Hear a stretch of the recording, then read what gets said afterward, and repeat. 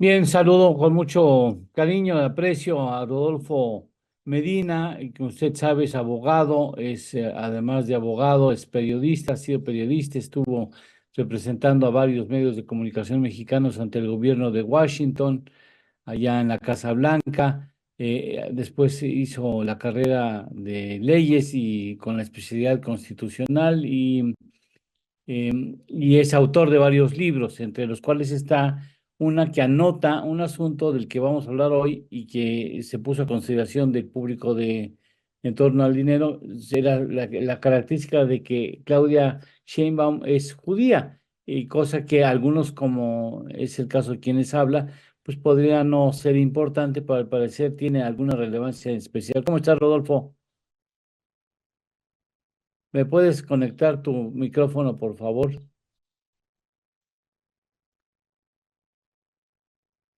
No, nada más el micrófono. ¿Qué dedotes tienes? ¿Ya? ¿No? Bueno, a ver, a la una, a las dos, ¿sí? ¿No? ¿No? ¿No? Ahí, Ahí ahí me sí, escucho. pero necesito tu imagen si fueras tan Sí, amable. ok, Ahí la está ya. pongo. Gracias. Bueno, Perdón, con entonces, el ¿cómo gusto de estás? saludarte, Lalo, a ti y al auditorio. Igualmente. A ver, Escuché una, perdón, sí, sí, sí, dime, ¿escuchaste? escuché con atención lo que escribió Riva Palacio, no he leído la columna hoy. Bueno, fíjate cómo es prácticamente una retoma de lo que hemos estado comentando a lo largo de la semana nosotros. Y esa es esta delicada situación en la que se encuentra Claudia Sheinbaum. Estamos entrando, Lalo, a la formación de un nuevo país.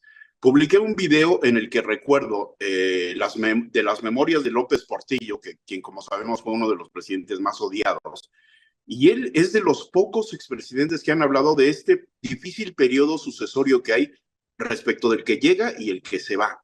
Y hay ahí unas revelaciones súper interesantes. Otro que retomó el tema fue Miguel de la Madrid. Fíjate, de la Madrid decía que López Portillo lo amenazaba constantemente durante el periodo este del interreino, ¿no? Del que llega y el que se va. Pero López Portillo, quien era un intelectual, a pesar de ser un presidente odiado, él hizo un análisis muy interesante y hablaba de lo difícil que es para el presidente que se va dejar el poder y también para el que llega comenzar a tomar las riendas, sentir que manda y tener los hilos del mando. Claudia Sheinbaum está justo en esta situación, Lalo. Y fíjate cómo es como si hubiéramos dado una vuelta al pasado, como dice Riva Palacio. ¿Por qué? Porque una de las características del PRI es que el presidente saliente sentía que el que llega le debe el cargo a él y por consiguiente sentía que le debe sumisión, le debe cuotas de poder, le debe respeto, le debe la posibilidad de consulta a su vasta experiencia, etcétera, etcétera. Pero la verdad es que el poder no se puede ejercer así. Las responsabilidades de la presidencia son de tal característica, Lalo, que un presidente, incluso hubo por ahí otro mito que hablaba de la soledad del habitante de Palacio. Hay muchas decisiones difíciles que el presidente debe tomar solo. Hoy, Lalo, antes de entrar al tema brevemente, estoy iniciando un ejercicio periodístico político diferente a lo que conocemos. Se llama la rehén de Palacio Nacional.com y ahí lo que voy a abordar es lo que para mí ya empezó como un periodo. Fíjate cómo de algún modo vamos un pasito adelante. Comenzó un periodo en el que Claudia Sheinbaum ya es rehén de López Obrador. Por todo lo que dijo Raimundo Rivapalacio en su columna, pero hay algo que a él se le está escapando. López Obrador sugirió la semana pasada, en su conferencia del viernes, que quiere que sus hijos estén en el poder. ¿Qué significa eso en términos? Y ahora comienza una lectura sofisticada. Ya los chairos que dicen, entérate pueblo y todo eso ya están rebasados, ¿verdad? ¿Qué quiere decir eso? Le quiere meter a uno de sus hijos, ya sea como secretario particular o algún cargo en una oficina. y le quiere meter a otro posiblemente en uno de los cargos de dirección del partido. ¿Eso qué significa, Lalo? Le quiere poner una cuña y hay que recordar quiénes son las únicas personas en las que López Obrador confía. No confía ni en Delgado, en Sheinbaum confiaba, pero pues ahora las circunstancias cambian. En los únicos que López Obrador confía es en sus hijos. Hoy, Lalo, comienza un periodo muy, muy especial en México y repito, iniciamos un experimento que se llama la rehén de palacionacional.com. Perdón, una introducción que creo pertinente y ahora sí pasamos a lo que me comentabas. Bueno, el hecho que sea integrante de la comunidad judía, ¿le quita o le da algo? Mira, le quita y le da. Pero yo diría, una cosa es la campaña en la que el libro se concentraba en términos de lo que significa el ser judía. Tú y yo tuvimos una conversación que después revisé y que no quedó grabada o no salió al aire. Pero en algún momento, cuando hablábamos precisamente de esa cualidad en la campaña, yo recuerdo haberte comentado, nada más imagínate que salga Xóchitl Gálvez en el debate y cuestione la cualidad judía, cuestione el hecho de que se disfrazó de guadalupana. Y lo hizo. Y lo hizo, Lalo. Desgraciadamente eso creo que no salió al aire, fue una conversación que tuvimos en el Inter de comerciales. Sí. Pero recuerdas perfectamente que lo comentamos y lo hizo. ¿Qué significa eso, Lalo? Y por eso creo que es importantísimo tocar el tema. Significa que los estrategas de la campaña encontraron que eso es políticamente rentable. Si no, no lo hubieran hecho, te lo garantizo. Sí, claro. Tú tenías dudas de que eso pudiera ocurrir y yo te dije, basta con que deduzcan que es políticamente rentable para que suceda, y sucedió. Con mayor razón, Lalo, ahora te digo, las tesis que manejo en el libro son preocupantes. México inicia una nueva formulación como país, con un partido dominante, y esto se comienza a parecer mucho, Lalo. Raimundo menciona el 70, yo diría, algo que no vivimos ni tú ni yo, pero que está en los libros, y es cuando se creó el PRI, con su abuelo, el PNR y luego el PRM, hasta llegar al PRI. ¿Y qué hubo en esos tiempos, Lalo? El PNR se formó en el 1929, lo creó Plutarco Elías Calles. Justo en ese tiempo, fíjate qué interesante, Plutarco Elías Calles crea el partido, institucionaliza la vida pública. México era un verdadero desgarriate, los generales revolucionarios se mataban entre sí para dirimir contiendas políticas, etcétera, etcétera, era un desastre. Lo que logra Elías Calles es institucionalizar la vida pública con el PNR, pero esto crea un sistema que vivimos hasta el año 2000. ¿Qué hizo Plutarco Elías Calles?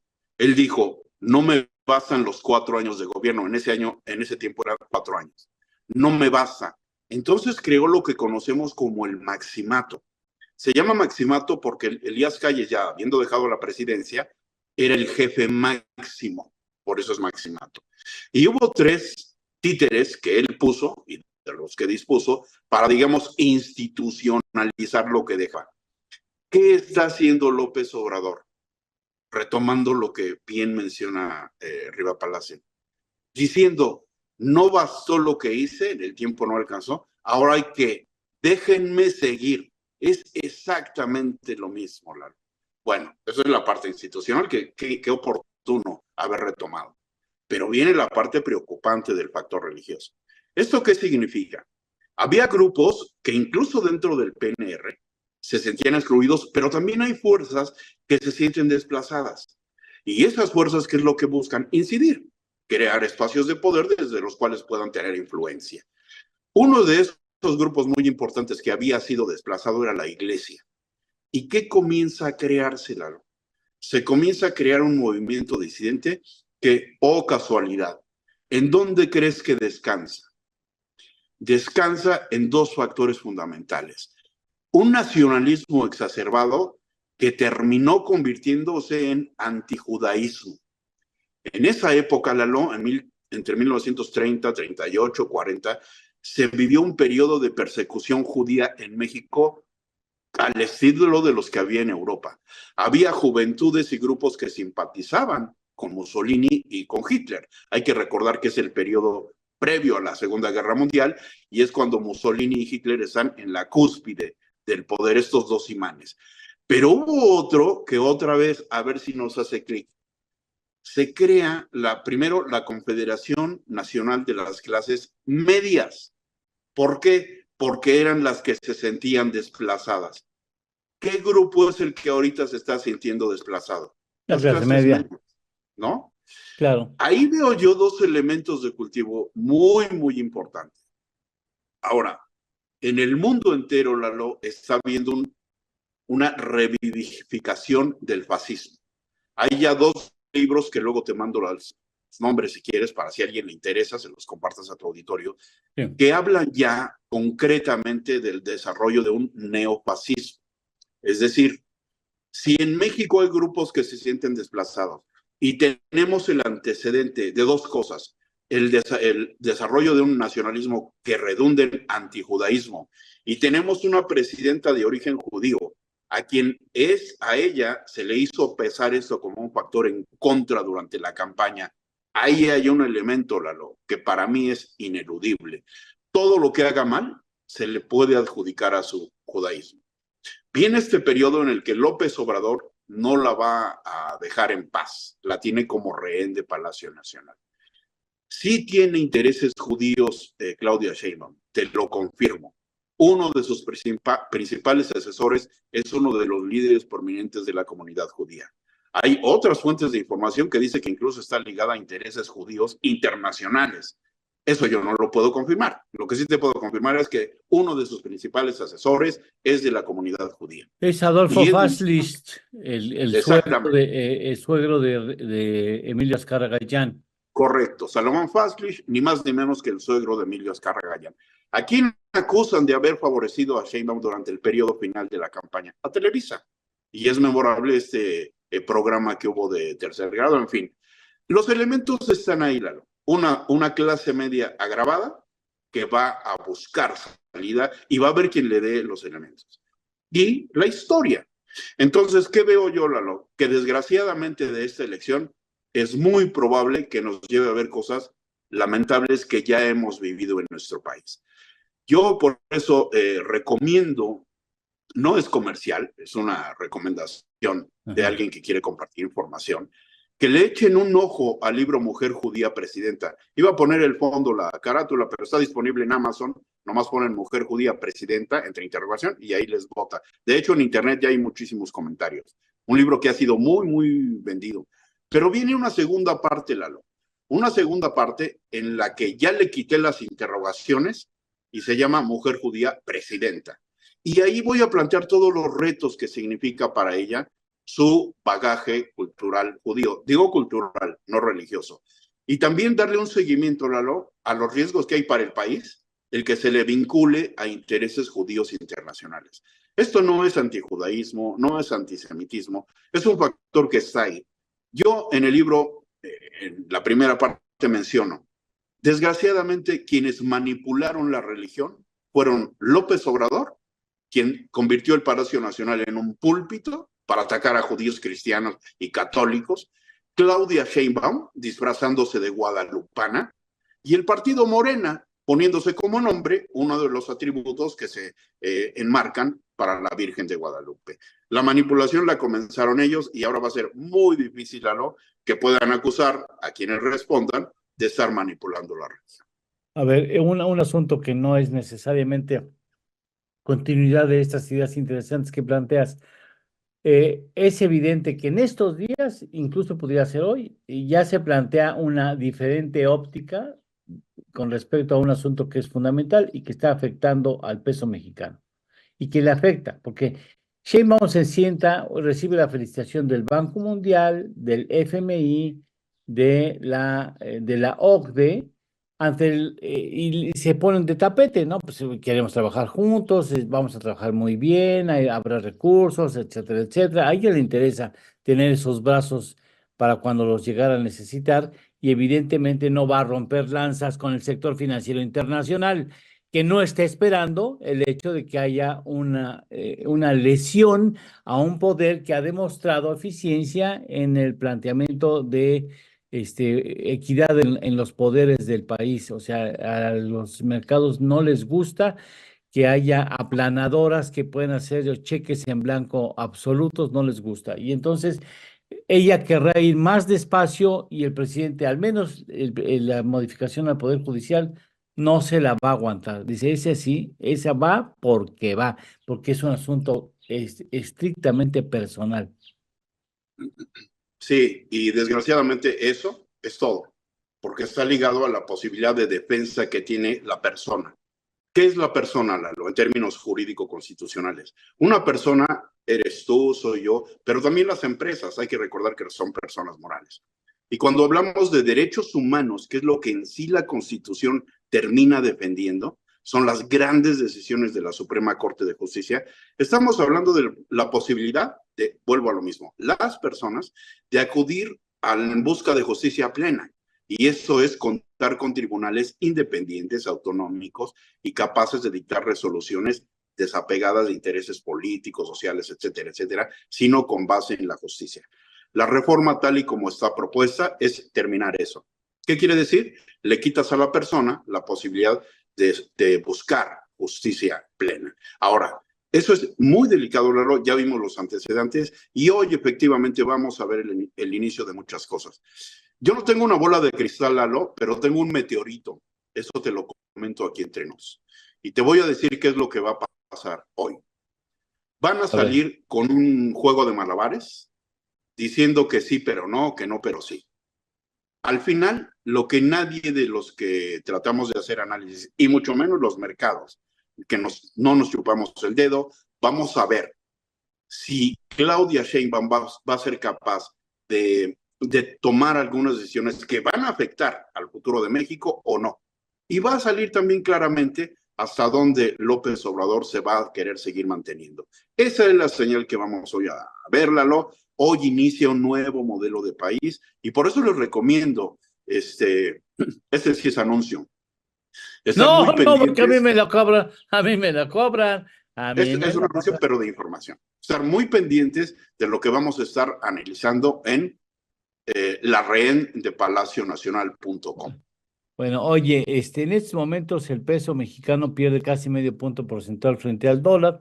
Comenzó con un avance de 0,08% y está en 0,50%. Está en 18,48 para que siga avanzando.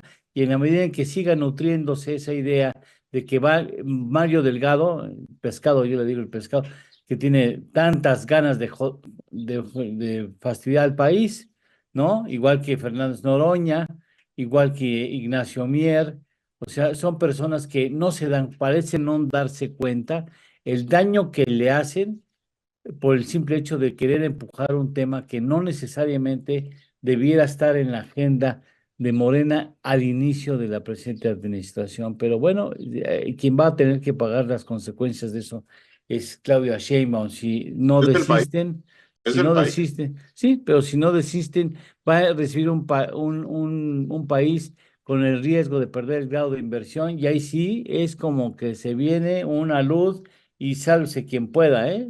El asunto va a ser muy Es que complicado. lo que ellos están haciendo, Lalo, y hay que hacer la lectura política, si me lo permites, es no saben hacia qué lado irse. La política es un juego de intereses. Y lo que habitualmente se ve es que llegó, muerto el rey, vive el rey. Pero López Obrador ahora les pone una traba. ¿Y qué hacen los Delgados, los Mieres, los Noroñas? ¿A quién le debo el cargo? Número uno. Pero número dos, ¿con quién debo quedar bien? Es decir, ¿quién es el que tiene el poder? Y ahí es la importancia que Claudia Sheinbaum debe considerar. Ella tiene que ser capaz de mostrar que tiene el poder. Hoy, Lalo, podríamos estar viendo el inicio de un nuevo periodo de maximato, con una nopalita, no un nopalito, sino un nopalito, como se le llamó a Pascual Ortiz Rubio, a quien Elías Calles manipuló, mangoneó y acabó renunciando porque no sirve de nada dejarse manipular en la presidencia. Rodolfo, muchas gracias. Estaremos contigo. Estaremos en contacto. Muchas Muchas gracias, gracias. buen día y felicidades a todos. Muchas Estaremos gracias. pendientes de lo que pase hoy. Sí, pues indudablemente será muy importante. Gracias. Son las 7:08. Hacemos una pausa y regresamos con Ernesto Fares Santos Coy.